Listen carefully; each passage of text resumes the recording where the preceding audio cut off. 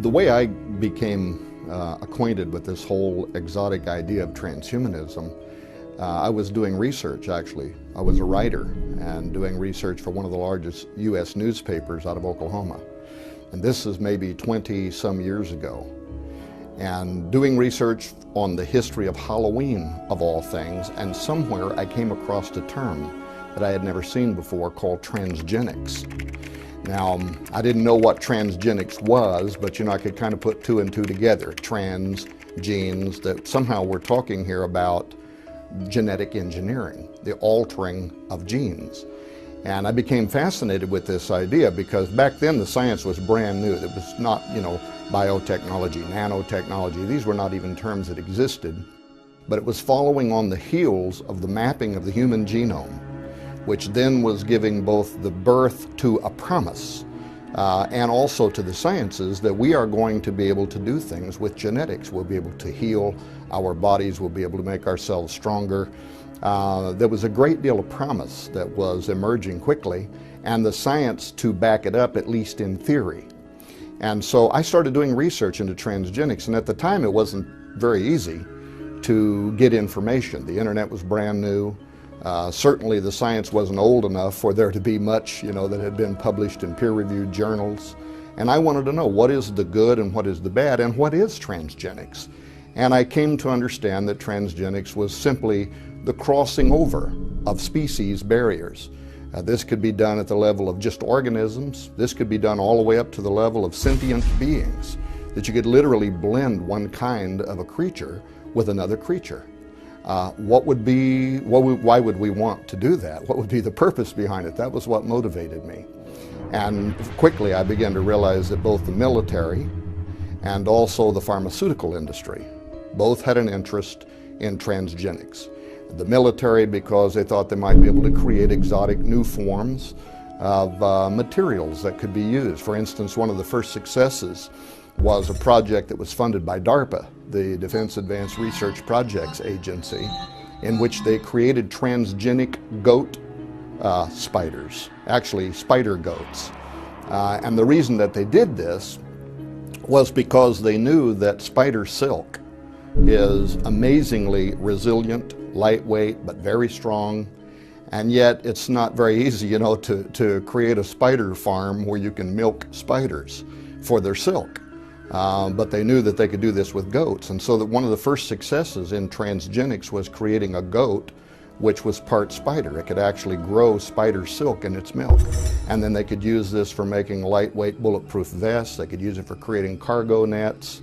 But since that time until now, as we may discover later on in this discussion, it has become far more sophisticated in terms of the military's interest and the amount of dollars that are flowing into research that grew out of those early forms of transgenic science. On the other side of transgenics, which is probably the biggest part of where the funding is coming from today, is in the pharmaceutical industry. Pharmaceuticals, why? Because the industry often has to labor with the FDA to try to get permission to do testing of new drug therapies on human subjects. It's very daunting, that task, to try to get a promising new remedy potentially for some kind of debilitating disease, and then to be able to take and start trying that medicine, which is unproven on human test subjects, is not easy to do. Well, the pharmaceutical industry saw right away that they would be able to take animals and put human DNA into the animals, create a human-animal chimera, and then they could work around this problem with getting permission from federal agencies to do human experimentation, and now they could test new drugs in human-animal chimeras to see how the human elements of that creature might respond in a way that they're hoping for with these drug therapies. That too has also grown a great deal since those original transgenic experiments, in that now, of course, what the public most usually hears about is human-animal chimeras that are being created for the purposes of developing stem cell lines, and then the stem cell lines can be used for testing new therapies in hopes that we're going to lead to cures for a variety of human diseases and ailments. Anyway, it was the discovery of transgenics. And my interest in why we would have an interest in funding research into crossing over species barriers that then led me to discover that behind these emerging fields of science was a new cultural movement called transhumanism. And transhumanists are made up today really of all walks of life, everything from college kids to old hippies to academics and professionals. It has become a cultural movement, and it's quickly growing. It's international. Today there's a Christian Transhumanist Association, there's a Buddhist Transhumanist Association, there's a Muslim Transhumanist, there's a Mormon Transhumanist, and then there's just a Transhumanist Association.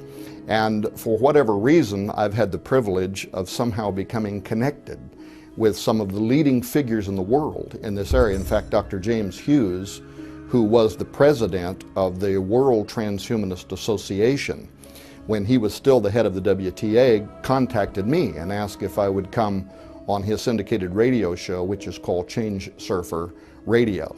Dr. Hughes is a bioethicist. He teaches at Trinity College in Hartford, Connecticut. He's a sociologist.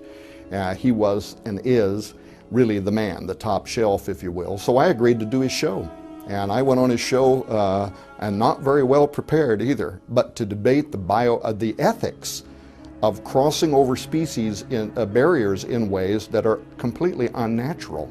And why would we want to do that? Now, of course, as a Christian, and I would probably still consider myself a conservative Christian, I believe in a divine order. In other words, I believe that God was at the beginning of creation, and God, for whatever reasons, placed barriers between the species and ordered that each kind would only reproduce after its own kind. So in the back of my mind, of course, I want to know, what does God know that we don't know? Why did he do that?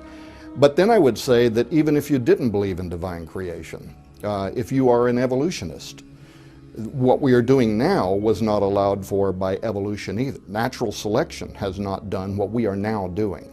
And so for me, it was a cause for alarm that, they talk about throwing off the balance of nature. We were talking about doing it in ways that a former generation could not have even imagined.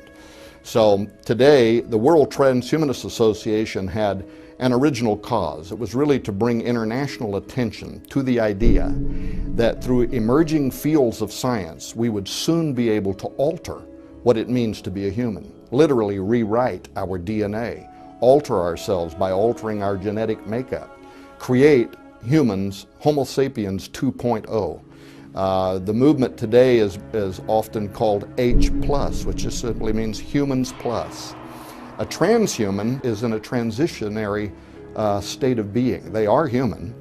They are wanting to transition into something else, but ultimately they want to become a post-human, something that has become so radically altered from what we are today as to no longer even be considered to be human. And they imagine creating Homo sapien 2.0 through the use of technology, from neuropharmacology to nanotechnology, genetic engineering, stem cell sciences, robotic assistance, brain-machine interfacing, all of the new fields of science that could have an application for human enhancement is important to the transhumanist movement. Now, the World Transhumanist Association had an original goal of bringing international attention to the movement, and there was a point at which they believed that they had succeeded at doing that.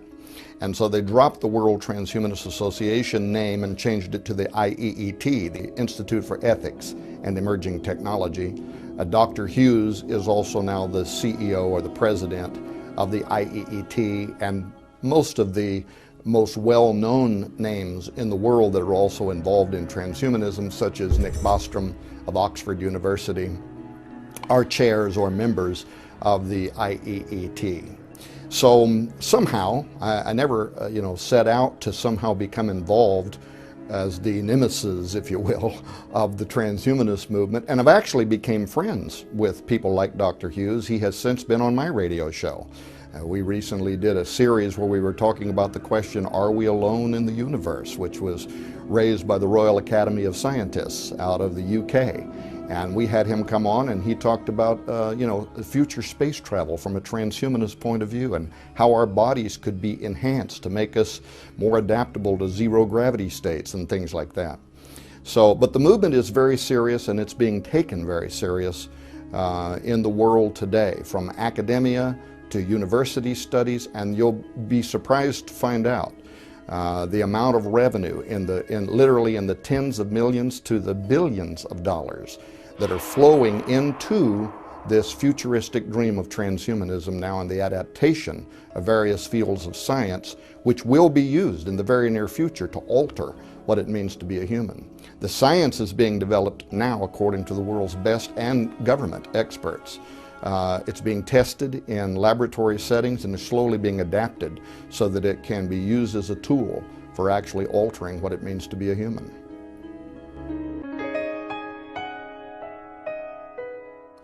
With regards to who would be funding, who has an interest, that's where it begins to become really surprising, and it actually is not too difficult to verify even from secular but reputable news sources. For instance, if you were to go to Google today and type in transhumanism, you would find something like 250,000 web pages now around the world that are dedicated to both the study, philosophy, but this new worldview called transhumanism. However, if you were to type in genetic engineering laboratories, you'd find more than 24 million websites in the world now dedicated to the subject of genetic engineering, which is, of course, one of the sciences that the transhumanists aspire to believe that this is going to be used to alter what it means to be a human. Now, on the ground, what does it mean? Here in the United States of America, you may remember where a few years ago, 2006, I believe, George W. Bush, in a State of the Union address, called for legislation to be enacted that would prohibit the creation of human-animal chimeras. And he wasn't just talking about embryos for experimentation, because he also talked about prohibiting the creation of exotic human life forms that could be patented. Why would the President of the United States, in a speech of record, be calling for legislation that would prohibit this technology? It's because it's emerging very quickly. And we know now that there are those rogue scientist wannabes, the Dr. Moreaus, who are already raising these to full maturity. And we can come to some of those admissions in this interview as well. For example, one of the first things that President Obama did at the executive level, as soon as he became president, he overturned restrictions that had been put in place by President Bush, which would have prohibited federal dollars, American taxpayer money, flowing in to pay for experiments to be done on human-animal chimeras and other forms of science such as stem cell sciences, which is also important to the transhumanist movement. But what most of the public doesn't realize, when we're talking about stem cell sciences, we're almost always talking about the creation of a human-animal chimera from which those stem cells are being derived. But now tax dollars in the United States from the federal level are flowing into thousands of laboratories. In the state that I live in Missouri, for instance, there is a farm that is raising transgenic pigs that are part human. They're using these pigs to actually grow organs in a test in the hopes that these humanized organs in the pigs can then be transplanted into people who are on donor waiting lists. Now, you know, years ago they called this xenotransplantation. And they had hoped to just implant entire pig organs inside humans, but the human bodies in the tests kept wanting to reject these pig organs. Now, though, with human DNA actually growing inside of a pig, we may be able to create an organ that can solve this problem of organ donation. But that kind of funding from the federal level now is flowing into states in a way that had been prohibited under the Bush administration. But it goes deeper. In 2006, a fantastic thing happened. The Department of Health, which is the largest department in the United States of America, which funds research into health issues, provided $773,000 to Case Law School in Cleveland, Ohio, for one reason: to develop over a 24-month period the guidelines that will be used, according to their own press release at Case Law School, used for creating policy, for human enhancement regarding the next step in human evolution. Max Melhelm, who is the law professor and a bioethicist at Case Law School, was given the responsibility of leading the team of 24 to 36 months field study, if you will, using actual test subjects. Human subjects, according to the original press release, would be used for devising how policy, government policy, can be extended to human non-humans. Well, because this started in 2006, and we knew that the target ending date for this study, which was being done not just by Max Melhelm, but law professors, bioethicists, genetic engineers, people who work in the fields of genetic alteration, that within 24 months to 36 months this field study would be done. 2009 was the target date for the report to be issued. So I waited with bated breath. In what way did Case Law School actually use human test subjects to provide what the government wants, guidelines to be used for human enhancement, to set the policy for how, for instance, will the Constitution, how will the Bill of Rights be extended to a human non-human? How much of a living entity has to be human before it can be protected under our laws? Must it be 90% human and 10% something else, 50% human? So I wanted to know. Well, the end of the test came and no public statements have been forthcoming. But what I noticed was that Professor Melhelm now, immediately at the end of the study, started traveling the United States giving lectures at universities. And he's giving two different lectures, and this is the title of his lectures. One is called Directed Evolution, Public Policy and Human Enhancement. And the second lecture he's given now is Transhumanism and the Future of Democracy. And you can go to the Arizona State University, and that second lecture is actually available as a podcast. You can download the lecture unless they remove it from the time this film is made until the time somebody might go there to download it, but you can actually go and download it. So here you not only have the President of the United States loosing federal funds to go into research on human-animal chimeras, stem cell lines, various kinds of laboratory experiments on humans that could then be applied later on down the road through a transhumanist philosophy, the use of those technologies, but it's actually being funded through the U.S. Department of Health to actually set the policy and guidelines for how the law will be applied to human non-humans. It even goes deeper. The Defense Advanced Research Projects Agency, DARPA, has for over the last decade been funding to the tune literally of billions of dollars research into what they call the extended performance warfighter. They have since removed the document, the original document on the extended performance warfighter program from DARPA's own website, but a person can Google and find the same articles that were originally published being cached across the internet. The interesting parts about the extended performance warfighter is that it even includes literally altering the DNA of soldiers. The public may more commonly hear this referred to as super soldier technology. But it got interesting this year. The 2011 budget for DARPA, which can be downloaded at Wired magazine if a person wants to go and read the DARPA budget, allows millions of dollars for what they are calling biodesign. Biodesign is actually outlined in the budget. The purpose of it has to do with immortalism. The purpose of it is to literally discover how cellular destruction occurs and why in regeneration of cellular decay, we as humans don't wind up at 100% again and we begin to age. And DARPA has an interest in figuring out how to get around the decaying process of cellular life. And they use the term creating an immortal organism.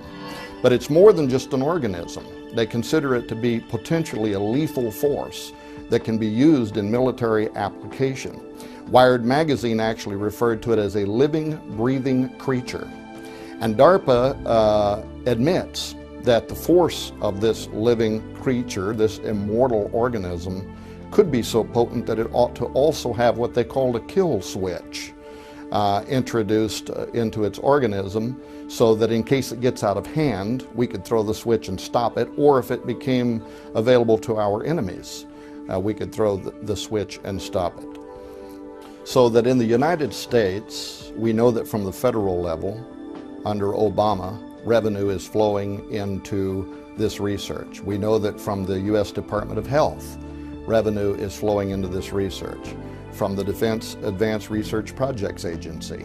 And if a person wants to do their homework, they'll find out that it's also the Air Force, the Navy, the Army.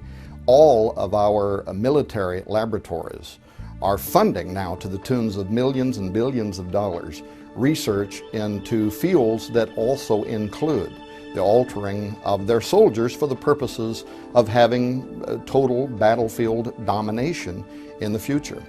But a person should also be aware that this technology is not just limited to the United States of America.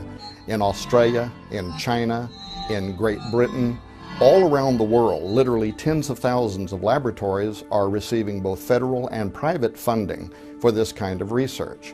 In the United States, even when Bush had called for restrictions on federal funding, it didn't stop the research here. It simply was being done through private grants and private dollars. There were no laws that were stopping people from doing human-animal research here.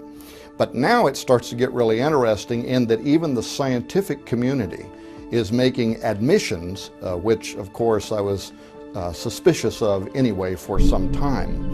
There was a Reuters article about 6 months ago called "Scientists Want Debate on Animals with Human Genes." And it turns out that the scientists that were being interviewed were the same scientists that 24 months ago were involved in what was called the human embryology discussions out of Great Britain. Laboratories wanted to receive federal funding, public money, to finance their investigations and experiments, which included altering humans and altering animals, at least at the embryonic stage. And there was such public outcry in Britain about it that the government decided to have a public forum, and they allowed different people, ethicists, bioethicists, even religious scholars, to weigh in on the question of whether or not it would be ethical to begin altering humans at, of course, in the beginning, the embryonic level, but later on perhaps to full maturity. At the end of those discussions, and there were some very interesting things during the discussions, by the way. For instance, the Vatican had 2 bishops present during these discussions, and the 2 bishops for the Vatican weighed in saying that if a woman participated in these experiments by providing eggs or ovum, and then later if she had a conflict of conscience and decided that she wanted to raise this half human, half animal as her own child, that she ought to have the right to do so. And I believe that the Vatican's bishops were not really making that argument in sincerity as much as they were trying to illustrate the tortured ethics, the kind of unanswerable questions about, do they have a soul? In Israel, some of the religious scholars in Israel have weighed in, talking about if we create a transgenic animal or clone a transgenic animal and it is part cow, how much of it would need to be human before it would be protected under our laws, and or if the majority of it was cow, could we then offer it as a burnt sacrifice? So illustrating once again that there really isn't any way to wrap any kind of Judeo-Christian ethic around what we are now doing, but it hasn't stopped us from doing it. Well, those scientists who have been receiving funding now from the British government for the past 24 months are back. And the Reuters headline, "Scientists want public debate on animals with human genes," was very specific in that they want to know how far the public now would be willing to let them go. And there were 2 things in this Reuters article that were very telling. One, the scientists themselves admitting that among the scientists involved in this research, they are comfortable now with up to 50% human-animal integration. See, the public mostly is still under the impression that this is being done at the embryonic level and that the amount of human DNA in a transgenic animal is so minute as to be excusable. Well, what we learned in this article is it is up to at least 50% human-animal integration, and that the scientists involved with it are comfortable. But where they want the debate to go now is, can we raise these to full maturity in the public's knowledge and experiment on part humans, part animals that are fully grown? And by admitting that that's now where they want the public to be comfortable with this research, they also said that they knew that there are some rogue scientists out there that are not operating with federal dollars, and they're getting ahead of them in this technology. And it could even become a new kind of a weapon of mass destruction. It could at a minimum become a molecular biological nightmare, because now by crossing over species barriers in ways that neither evolution nor God allowed for, we are completely uncertain about how, when this gets out of the box, where it may lead us. To answer the question, what would be the benefits of transhumanism through the eyes of a transhumanist? I can tell you, because some of them are my friends and I have had the opportunity to debate with them. And when I say friends, I don't mean that I share their worldview whatsoever, but we have, cordial conversations. It's diplomatic. And I believe in the sincerity, for instance, of men like Dr. James Hughes. Dr. Hughes would never advocate for anything, I think, that he believed would be detrimental to the future of society. So much of their ideas are altruistic in the sense that they're selfless and they're perceived to be for the good of society as a whole. For instance, longevity. One of the key objectives of transhumanism is to extend our lifespans. People who are either transhumanists or who are friendly to the transhuman vision, such as Aubrey de Grey, who is a member of the Methuselah Foundation, the whole commitment of which is to, either through diet or even more advanced applications such as genetic engineering, learn how to do things that will bring about the end of human suffering and disease, and therefore lead to longer lifespans. Learn how, through genetic engineering, for instance, to perhaps turn off what is happening when tumorous cancers are growing in our bodies. So that not only do they intend to enjoy the benefits of longer life in the future as transhumans, Aubrey de Grey is saying now that if you're 50 years of age when you're watching this video, there's a very good chance you could live to be as much as 1,000 years old with how quickly this science and technology is advancing. But the transhumans don't just want to extend life, because, as you know, some people watching this might say, you know what, why would I even want to live to be 1,000 years old? I'm kind of ready to get out of here now, you know, with the way that the world is going. So the transhumanists also consider that, and it's not just a longer life, but it's a happier life. It's a healthier life where we're stronger and we've been enhanced cognitively. Through neurosciences now, we're learning things about the brain. We're learning the portion of the brain that leads to depression also leads to euphoria. And if we could learn how to control those portions of the brain, we may develop natural treatments for persons so that they could be happier, so that they could escape from depression. So that would be one of their ideas. Of course, enhancing our bodies so that we're stronger. The elimination of pain. You know, right now I go out and dig a hole, and within 1 hour, man, I'm ready for some cold tea and a place to throw up my feet. But these future enhanced bodies would be able to perform at levels that, perhaps only 25-year-old weightlifters right now do it, and we would be talking about people who may be 150 years of age that can run for miles.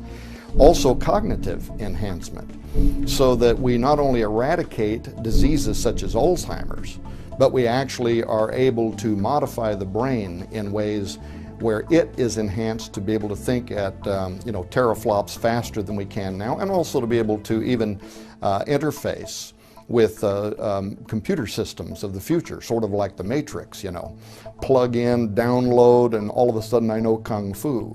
So, and these are perceived to be true benefits to humanity. We have better lives and we're better off as a result. Now, they also have some very exotic ideas about future humans and why they would be happy in particular ways. For instance, among transhumans is a segment that's called post-genderism. Post-genderism actually has grown out of the feminist side of the transhumanist movement. And as you know, feminists have been at war with their gender identities and the roles that society places on them for some time. Some among the feminist movement also believe that it's a little bit unfair that, they get pregnant and they're the ones that have to carry the baby and lose the shape of their body and then travail and give birth, where the man can enjoy the benefits of sex, but he doesn't have to go through this whole 9-month gestation period.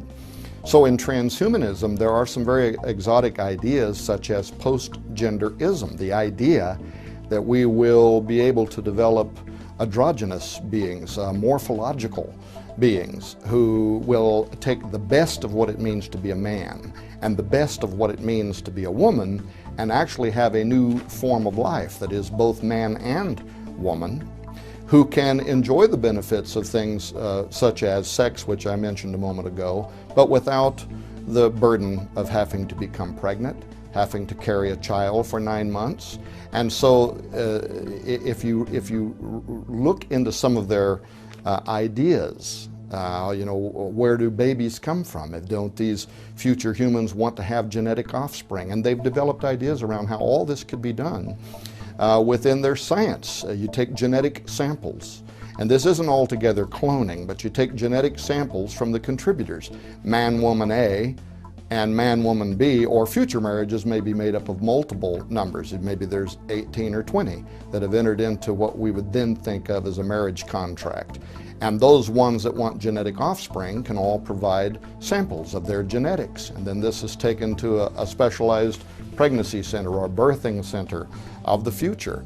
And through some form of super in vitro fertilization, those genetic samples are placed inside of an egg which has had its nucleus removed, which is also probably donated from one of these women. It is treated with chemicals or with electricity like we do with cloning now.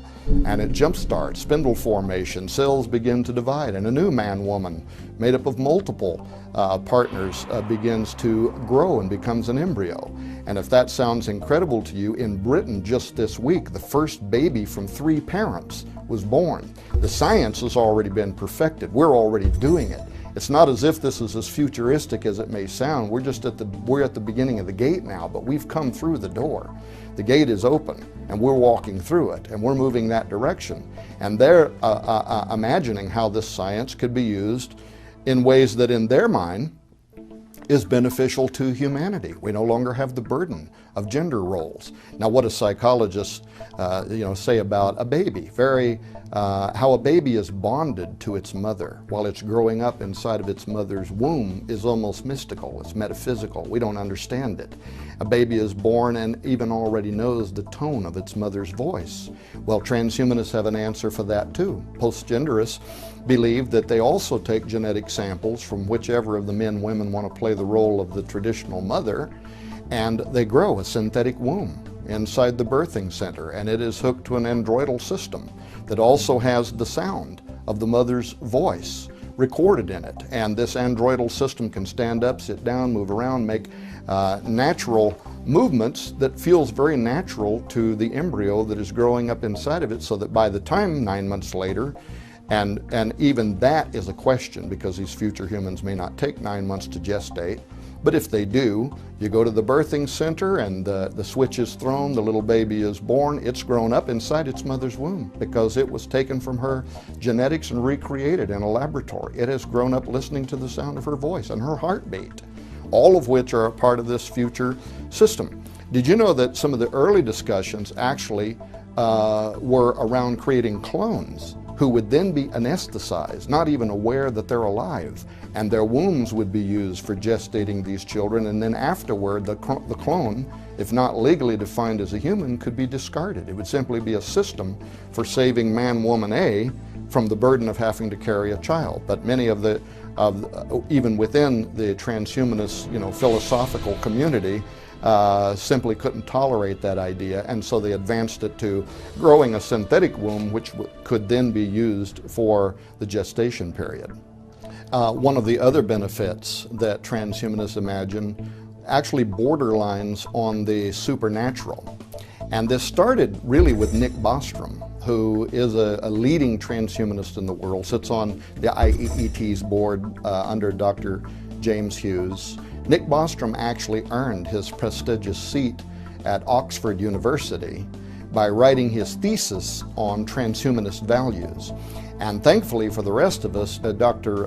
Bostrom has been kind enough to post his theses and other works that he has done. So anybody who would want to follow up on this could go to nickbostrom.com, pull down the website on the left side and click on Transhumanist Values and go and read his original theses, which he wrote to earn his PhD and his seat at Oxford University.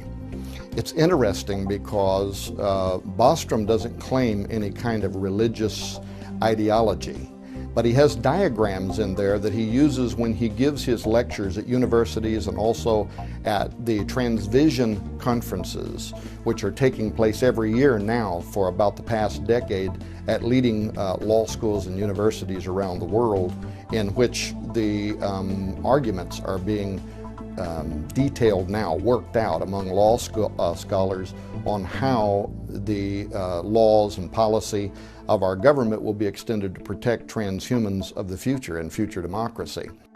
But if you click on it and you look at some of the charts that he has created, for instance, he has one that's kind of a large rectangle.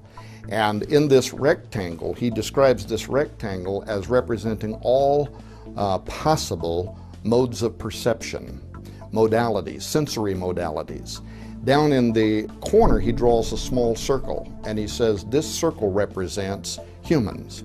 The limits of our perception, modes of perception or sensory modalities, our eyesight, hearing, taste, feeling, and how far it extends into all possible modes of perception. Then around that, he draws a larger circle, and he says this is the animal kingdom. The animal kingdom not only has our level of perception, but other levels of perception. For instance, they can hear at higher decibels than we can. Dogs at 40,000 hertz, dolphins at something like 80,000 hertz. Some animals like bats can navigate using sonar. They also seem to be in touch with the earth somehow in ways that we're not. They can pick up vibrations. They'll begin to move out of particular areas when they know there's going to be an earthquake or there's going to be a volcano, and they'll begin to migrate to another area. And we're not exactly sure how they do that. They may be able to smell tumors. And if it's not smelling it, it's some other method by which sometimes they are aware that there is a tumorous cancer, something that is actually degrading your DNA. So he talks about these fascinating things, but then he says something that I think is of the most importance and borderlines the metaphysical. And that is when he points out that animals can also see into areas of the light spectrum that we cannot see into. And that is viewed in transhumanism as a future benefit, and even one of the causal reasons we would want to merge ourselves with the animal kingdom so that we can open these new modes of perception into realities that right now we are blinded to. Perhaps one of the reasons we would want to merge ourselves with animals so that we too would be able to do this. Why this is interesting to me as a Christian and as a researcher and as a scholar of biblical texts is because we know that animals can see into, at least some animals can see into, what we think of as the supernatural realm. And it isn't just extra biblical texts that seem to imply this, but even in the Bible. For instance, the story of Balaam's donkey. Balaam gets in trouble because he's prophesying against Israel, which he's been ordered, by God not to do. And so now he's on his donkey and he's going down the road. Well, the donkey can see something that Balaam cannot see. There's a large angel standing in the middle of the road with its sword drawn, and it's going to take off dumb Balaam's head. And Balaam doesn't know why the donkey keeps turning out of the way, and so he keeps kicking him to get him back on the road, and the donkey's trying to save his life. A great deal of extra biblical research has also been done that seems to show that animals sometimes are responding to something that we can't see. And in fact, probably the average person, at least at one time in their life, have saw their dog growling at something that isn't there, as far as we can tell, or maybe even behaving in a way. You have a dog that's vicious, it's brave, it's not afraid of anything, and then all of a sudden a strange feeling comes over you and the dog senses it too, or the dog may even run and hide under the bed. So they seem to be reacting to something that we can't see with our eyes. And in the traditions and in the histories of the world, owls come, and owls serve with the goddess Hecate, the goddess of witchcraft. Other areas of witchcraft where cats are used as mediums through which we are communicating with the spirit world. That idea has been with humanity since forever, but what made it real to me, of course, is the depiction out of the Bible, at least in one illustration, where an animal can see something that humans cannot see. That is definitely in the back of the mind of many of these transhumanists. And they are bravely wanting to go where no modern man has gone before, in breaching that barrier that is between us and them. This is so true that now the Templeton Foundation, which has been funding an entire series of lectures over the last several years at the Arizona State University on transhumanism and the future of democracy, have played off of what Dr. Bostrom began talking about, and many of what the university students are now asking about. How do we separate our humanity? If we change ourselves physiologically, we enhance ourselves to humans 2.0, do we also change our soul? Do we change our spirit? Do we even have a spirit anymore? And as these questions are being entertained, Arizona State University began a brand new project. You can go to ASU's website and you can click on it. It's called the Sophia Project, the goddess of wisdom. The Sophia Project, some believe even to be that feminine aspect of God, right? And it describes exactly what the Sophia Project is about. It is to verify and or to make contact with, and then they describe it, the ghosts of dead humans, aliens, angels, demons, a universal conscious, God. They list all of it, the whole purpose behind the project, growing out of transhumanist conversations and debates and lectures being offered at the Arizona State University and funded by the Templeton Foundation. Want to take this whole question of altering ourselves as humans forward to this next giant question. By doing so, can we also now cross over? Can we start communicating with that unseen intelligence? So this too is viewed as a value among transhumans. Many of them are spiritual, and many of them see that as a benefit. Well, some of these exotic ideas in transhumanism, of course, where it may be being viewed by them as a benefit, may cause a lot of red flags to go up among other people who also are interested in things supernatural. There are some of the critics, of course, of transhumanism who believe that their worldview is a bit too positive, that they view this as being a utopian plan that's going to take us into the future. We're all going to live in a happy universe and have enhanced lives. But there are those who are also qualified to make criticisms based on the science itself and what it may portend to do. For instance, Dr. Leon Kass was the chairman of the President's Council on Bioethics during the Bush administration. And here is a man who had the full review of the science, the best reports on the science, testimony from experts who were working in these fields of science and what they believed could actually develop out of transforming mankind. And after Dr. Kass had served on that seat with the government, he resigned, he wrote a book, and in the introduction to his book, Life, Liberty, and the Defense of Dignity, he wrote how that in laboratories around the world, scientists are now honing their skills, polishing their skills, looking forward to a post-human future, and that humanity is on the operating table, literally, scheduled for wholesale psychic and physiological redesign, while on the streets, the evangelists, he refers to them as, not transhumans, the evangelists are quietly selling their message, and that we are in a war for the mind of a generation And Dr. Cass believes we're probably going to lose this war, but he says that anybody who cares about their humanity, the time is now for standing up and understanding where science is taking us and what it may portend for the future. He's not the only one. Professor Francis Fukuyama reviewed emerging fields of science and then the philosophy of transhumanism. And he wrote a white paper on it in which he considered the combination of those two to probably be the most dangerous science and technological and philosophical concepts in the history of mankind, which he believes could very quickly lead to an extinction level event. The Birkbeck Law School in Britain is one of the most famous law schools on earth for teaching CSI students, crime scene investigators.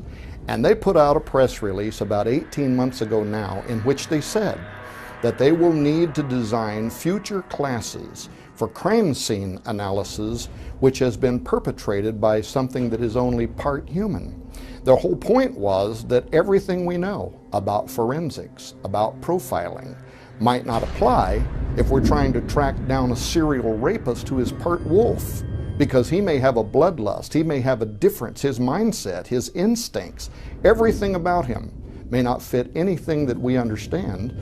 And this is considered to be such a real possibility, by the way. It isn't just the Birkbeck Law School. This last year in California, a House Foreign Affairs Committee hearing in the state of California that was chaired by Democrat Brad Sherman, who's actually best known for his expertise in the spread of nuclear arms among terrorists, chaired this meeting. A writer for Congressional Quarterly, Mark Stenzel, attended the meeting and came out of it flabbergasted, because what the meeting was all about is future terrorism conducted by transhumans. And he said that the entire hearing, a congressional hearing, he said sounded more like a pitch for a sci-fi movie than it did a sober discussion of scientific reality, because he said they were talking about superhumans, super intelligence, artificial intelligence, and super animals that could soon be on the battlefield or even in our neighborhoods for domestic reasons, a lethal force for which we are not prepared. The government is so concerned about where transhumanism may take us in this regard that they consider this now to be the fledgling start of a new arms race. In the way that in the past between the Soviet Union and the United States we were in an arms race over nuclear arms, transhumanism is the near future arms race, and it is considered to be of such importance that the top scientific mind at the Pentagon, the Jasons, J-A-S-O-N, that's the name of the top scientific minds at the Pentagon, put out a press release recently called Jasons Fear Brain-Modified Foes, in which they were talking about this technology in the hands of our enemies. And what they were saying was, we have to get at the forefront of this technology. See, this is how we're going to be forced into this.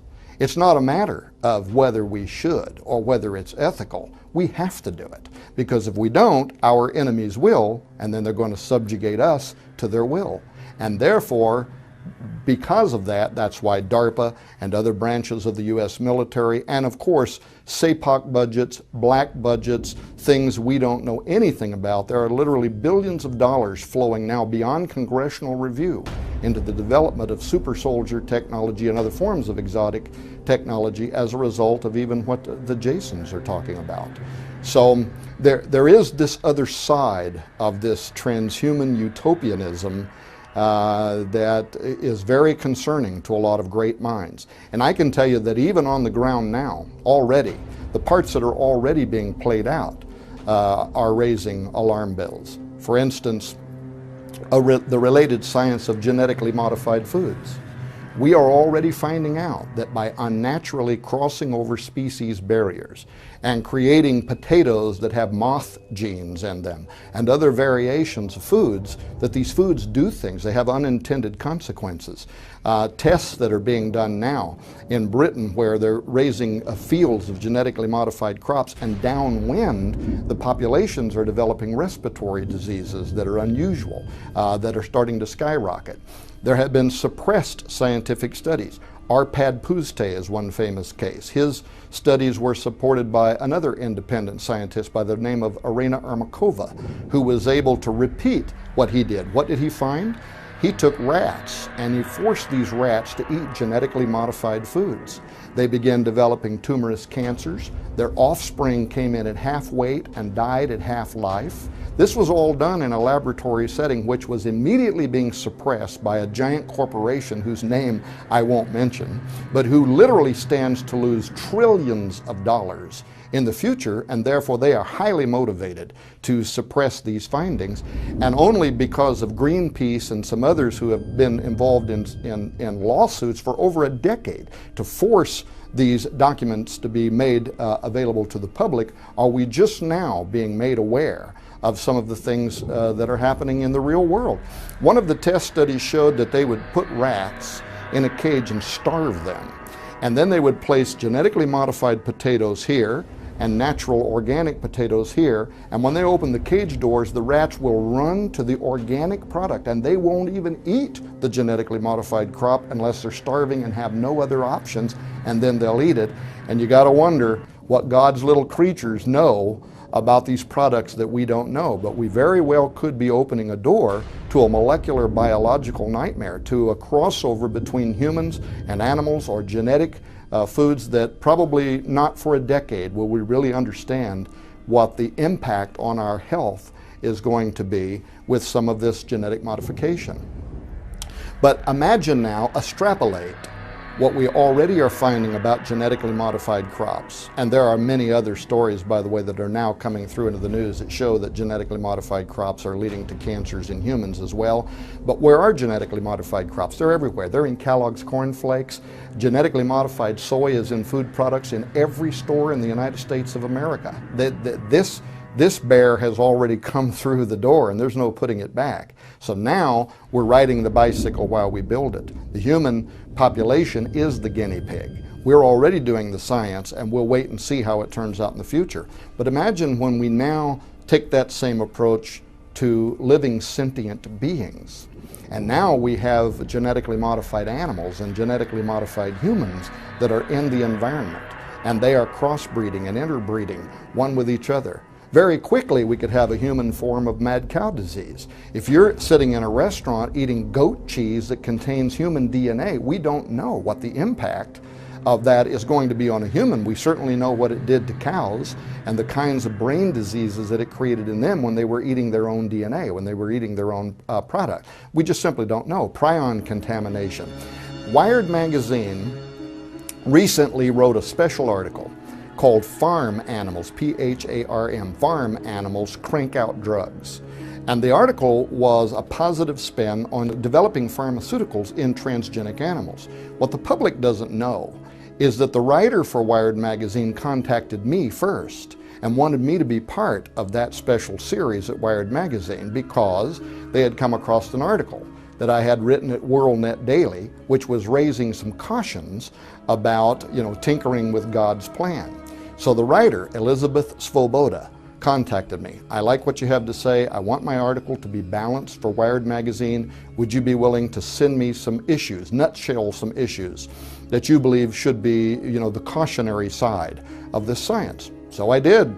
I sent it to Elizabeth Svoboda. About 3 weeks later, when the article was published by Wired Magazine, nothing I had said made it into the article. It was all positive about farm animals, P-H-A-R-M. So I emailed Elizabeth and I said, well, I guess nothing I said got written into the article. She said, no, everything you said was in the article, and it got censored out by the editors at Wired Magazine because they didn't want the public to be bothered by these issues. They wanted to put a positive spin on it. Well, then I went back and read the article, and I knew she was telling me the truth because there was a particular line that I had used in which I said we might want to be careful tinkering with God's plan. That's a very specific phrase. When I went back and read the article, I saw where a scientist by the name of Vandelavore said, now some people might say we shouldn't be tinkering with God's plan, but, she said, if we find a cure for cancer through a transgenic animal, we won't hear the public saying you shouldn't be doing that. I didn't do it, but I wanted to email Miss Vandelevore and say, have you watched the movie with Will Smith, I Am Legend? Because that is exactly the scenario with which that film opens. You have a molecular biologist or a geneticist sitting in front of a television on somebody's talk show saying, we have found the cure for cancer. How did they find the cure? They merged human and animal DNA because some animals are more resilient to cancer. And out of that, they created a vaccine. And they vaccinated all of the earth, and everybody celebrated that we have found the cure to cancer. Now the scene changes, and it's 2 or 3 years down the road, and almost all life on earth is dead. Why? The unintended consequence, a form of human rabies developed because something that was not natural to us now was bridged into our physiology by crossing over into the animal kingdom. And by the way, that is a very real scientific possibility, but it isn't stopping anybody. We're doing it anyway. So there definitely is two sides to this coin in terms of what transhumanists are aspiring to through the use of these new sciences: biotechnology, nanotechnology, neuropharmacology. They all have great ology names and ism names. But what they may do is lead us literally into the fulfillment of biblical prophecy.